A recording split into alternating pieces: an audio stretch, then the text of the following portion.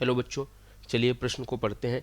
हैलाइडों के नाम आईपीएससी पद्धति से लिखिए। हमें हैलाइड के जो दिए गए हैं उसका इस हैलाइड का नाम आईपीएससी पद्धति से लिखना है तथा उसका वर्गीकरण करना है एलेलिक, एल्किल, बेंजिलिक, प्राथमिक, द्वितीयक, तृतीयक, वाइनिल अथवा एरिल हैलाइड के रूप में। ठीक है, यहाँ पर हमें दिए गए हैलाइड का नामकरण आईपीएससी पद्धति से करना है तथा उसका वर्गीकरण करना है। तो हम देखते हैं अपने उत्तर को। मुख्य अवधारणा देखें। ठीक है बच्चों, मुख्य अवधारणा देखें इस प्रश्न की। तो क्या है इस प्रश्न की मुख्य अवधारणा? इस प्रश्न की मुख्य अवधारणा क्या है कि हैलाइड हैलाइड का आईयूपीएससी ने नाम, या कह सकते हैं कि हैलाइड का नामकरण। इस प्रश्न की मुख्य अवधारणा है हैलाइड का नामकरण तथा वर्गीकरण। हैलाइड का नामकरण तथा वर्गीकरण। ठीक है, ये है इस प्रश्न की मुख्य अवधारणा। अब देखते हैं जो भी संरचना हमें दी गई है, उसका क्या नाम होगा। CH3 CH डबल बंध C, इसी पर Cl लगा हुआ है, फिर CH2 CH और इस पर दो CH3 लगे हुए हैं इस प्रकार से।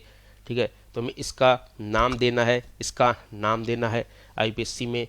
ठीक है, तो सबसे पहले नाम देने के लिए हमें लंबी कार्बन श्रृंखला का चयन करना होता है। सबसे लंबी कार्बन श्रृंखला का चयन करना होता है। क्या करना होता है? सबसे लंबी कार्बन श्रृंखला का चयन करना होता है। तो चयन करेंगे यहाँ से 1 2 3 4 5 6 कार्बन की श्रृंखला है। 6 कार्बन जो होते हैं उनकी श्रृंखला को हम हेक्सेन से प्रदर्शित करते हैं।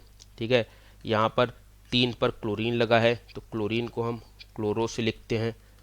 ठीक है, और 5 पर CH3 लिखा हुआ है तो CH3 को हम मेथिल से लिखते हैं। ठीक है, अब मेथिल M से शुरू होता है और क्लोरो C से शुरू होता है, तो क्लोरो एबीसीडी में पहले आता है, इसलिए उसका नाम हम पहले लिखेंगे। यहाँ पर एल्कीन लगी हुई है तो एल्कीन के लिए हम इन का प्रयोग करते हैं आईपीएससी नाम में। तो अब देखते हैं इसका आईयूपीएससी नाम। ठीक है, इसका आईयूपीएससी नाम देखते हैं। 3 पर क्लोरो है तो 3 क्लोरो, उसके बाद 5 पर मेथिल है तो 5 मेथिल, 6 कार्बन की श्रृंखला है तो हेक्स, और एल्कीन लगी हुई है 2 पर तो हेक्स 2 इन। ये आईयूपीएससी नाम होगा। 3 chloro 5 methyl, 3 chloro 5 methyl, 3 chloro 5 methyl hex 2 इन, ये नाम हो गया है।